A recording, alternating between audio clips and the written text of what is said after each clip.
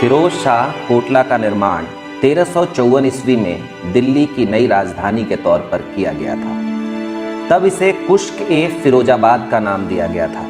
अंग्रेजों ने इसे फिरोज शाह कोटला का नाम दिया। ये ऐसा पहला किला है जिसमें दीवान खास और दीवान आम की संकल्पना प्रस्तुत की गई। इसका आकार दिल्ली के दूसरे किले से अपेक्षाकृत छोटा है, जिस वजह से इसे कोटला कहा गया। यहाँ इस किले में सुल्तान का शाही आवास के साथ साथ राज्य के सामंतों और मंत्रियों का भी आवास था। कई लोगों का मानना है कि इस किले को दीवारों से घेरा नहीं गया था।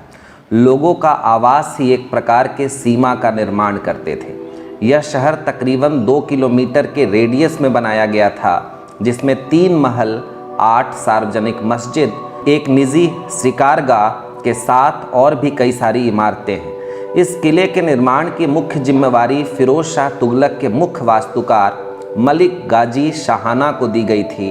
अब्दुल हक उनके सहयोगी थे। इस किले का प्रवेश द्वार पश्चिम की तरफ है, जिसके साथ बहुत सारे गार्ड रूम लगे हैं। अंदर की तरफ जाने पर 3 शाही दरबार हैं। इनमें से एक शाही दरबार जो सबसे खास लोगों के लिए होता था, जिसे महल-ए-अंगूर भी कहा जाता था। इसकी खूबसूरती के किस्से तब दूर दराज के लोगों को भी अपनी ओर आकर्षित करती थी। दूसरा शाही दरबार राज्य के जिम्मेदार पद पर कार्यरत लोगों के लिए होता था, जबकि तीसरा दरबार आम लोगों के लिए था।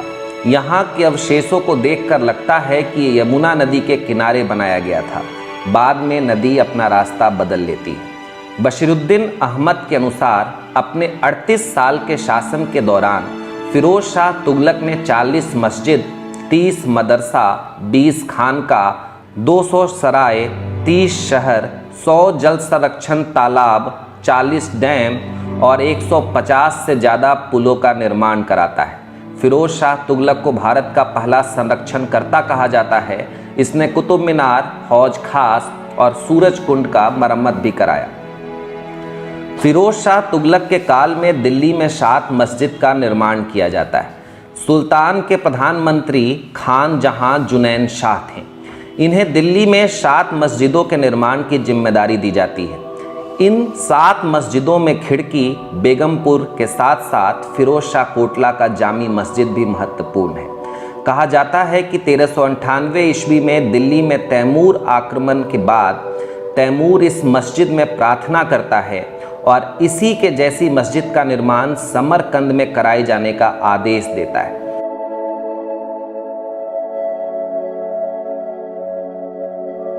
इसके पूर्वी दीवार से बिल्कुल पास कभी यमुना बहा करती थी, जिस कारण इस मस्जिद का प्रवेश द्वार उत्तर की तरफ है, जो बाकी मस्जिदों से इसे अलग करता है।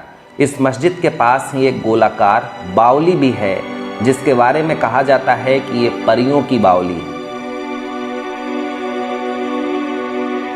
किलों के साथ साथ भूमिगत रास्तों का भी निर्माण एक फैशन था। फिरोज शाह कोटला में 3 भूमिगत रास्ते। पहला रास्ता महल से नदी तक पहुंचता था, दूसरा फिरोज शाह तुगलक के शिकारगाह तक और तीसरा किला राय पिथौरा तक। इन रास्तों की चौड़ाई इनकी खासियत है। ये इतने चौड़े हैं कि महिलाएं भी इन रास्तों पर घुड़सवारी कर सकती थीं और दूसरे किले तक जा सकती थीं।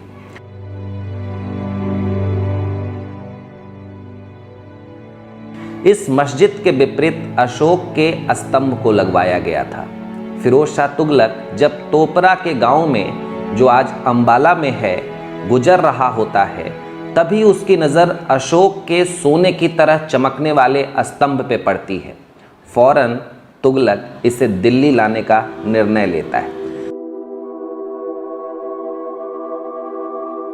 संभव है कि इस स्तंभ को फिरोज शाह कोटला लाने का प्रेरणा महरौली के लौह स्तंभ से मिला हो। इस स्तंभ को टोपरा से दिल्ली लाने के लिए विशेष सावधानी बरती जाती है। 27 टन वजन और 42 फीट का एकाश्म स्तंभ को विस्थापित करना एक असाधारण प्रक्रिया थी, और जिसका वजन टोपरा के गांव के सभी लोगों के साथ साथ अपने सैनिकों और परखे हुए शिल्पकारों के सहयोग से इसे अपने मूल स्थान से हटाया जाता है, जिसके लिए रुई के बड़े बड़े बिस्तर बनाए गए थे। रुइयों को हटाने के बाद इस स्तंभ को ईख और कच्ची खालों से ढक दिया जाता है। इसके परिवहन के लिए 42 पहियों की एक गाड़ी बनवाई जाती है, जिसे पहले तो हाथियों के द्वारा खींचा जाना था, लेकिन हाथियों की असफलता के बाद एक लंबी रस्सी के द्वारा प्रत्येक पहियों को खींचने के लिए 200 लोग लगाए गए। तकरीबन 20,000 लोगों के द्वारा इसे दिल्ली लाया गया। पूरे राज्य के हुनरमंद शिल्पकारों की उपस्थिति में इसे फिरोज शाह कोटला में स्थापित किया जाता है। तब इस स्तंभ के ऊपर एक कांसे की छतरी का निर्माण भी कराया गया था। तैमूर लंग इस स्तंभ के बारे में अपने संस्मरण में लिखता है कि उसने आज तक अपने पूरे जीवन में इतनी यात्रा करने के बाद भी इस स्तंभ के जैसा कुछ नहीं देखा है। इस स्तंभ पर अशोक के अभिलेख लिखे गए हैं, जो अशोक के शासन के 26वें साल में लिखवाया गया, जिसमें नैतिकता और धर्म की बातें लिखी गई हैं। फिरोज शाह तुगलक के समय तक इसे पढ़ा नहीं गया था। इस लिहाज से न जानते हुए भी फिरोज शाह तुगलक ने इसे पवित्र मानते हुए इसका संरक्षण किया। आज यह स्तंभ लाट वाले बाबा के नाम से जाना जाता है और कहा जाता है कि यहाँ जिन्नों के प्रधान निवास करते हैं। ऐसे ही एक और अशोक के स्तंभ को फिरोज शाह तुगलक के द्वारा ही मेरठ से दिल्ली में अपने शिकारगाह में लाया जाता है, जो आज हिंदू राव अस्पताल के पास अवस्थित है। मुगल शासक फर्रुखसियर के शासन काल में एक विस्फोट में यह स्तंभ 5 हिस्सों में टूट गया था। बाद में 1838 ईस्वी में हिंदू राव ने इस स्तंभ के टूटे हुए टुकड़ों को एशियाटिक सोसाइटी ऑफ बंगाल को सौंप दिया। इस स्तंभ के सभी अवशेषों को कलकत्ता भेजना तो मुश्किल प्रक्रिया थी, इसलिए स्तंभ के लिपि वाले भाग को कलकत्ता भेज दिया गया। लेकिन 1886 में इसे वापस दिल्ली लाया जाता है और अगले साल तक इसके टुकड़ों को जोड़ दिया जाता है। इसके टूटने के निशान आज भी देखे जा सकते हैं, लेकिन इसके बावजूद आज भी यह खड़ा है, जो हमारे लिए प्रेरणा का विषय है। शायद यह स्तंभ दिल्ली की तरह ही है, जो अनेक आक्रमणों के निशान के साथ आगे बढ़ रहा है।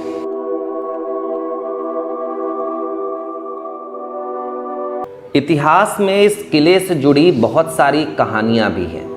कहा जाता है कि दिल्ली के बादशाह के हुक्म पर सिखों के 9वें गुरु तेग बहादुर को गिरफ्तार कर इस किले में कैद किया गया था।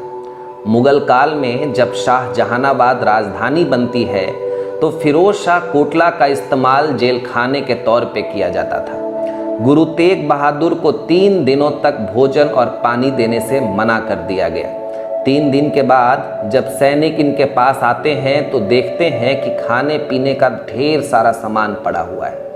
पूछे जाने पर वो बताते हैं कि यहाँ के जिन्नों ने उनका बहुत सत्कार किया है। बाद में मुगल बादशाह आलमगीर द्वितीय की हत्या भी इसी किले में धोखे से की जाती है। फिरोज शाह एक व्यवहारिक शासक था और उसके इस शहर के बाद दिल्ली के आने वाले सारे शहर यमुना के आसपास ही बनाए जाते हैं। ये पहला शहर था जो दक्षिणी दिल्ली में नहीं बनाया गया था, लेकिन आगे आने वाले सभी शहरों के लिए आदर्श प्रस्तुत करता है। यह शहर मुगल काल में बनने वाले शहर के लिए प्रेरणा का काम करता है, क्योंकि इस शहर में पहली बार दीवाने आम और दीवाने खास की संकल्पना प्रस्तुत की गई थी, और साथ ही ये ऐसा पहला महल था जिसमें पहली बार संगमरमर के पत्थर और सफ़ेद रंग का प्रयोग किया गया था।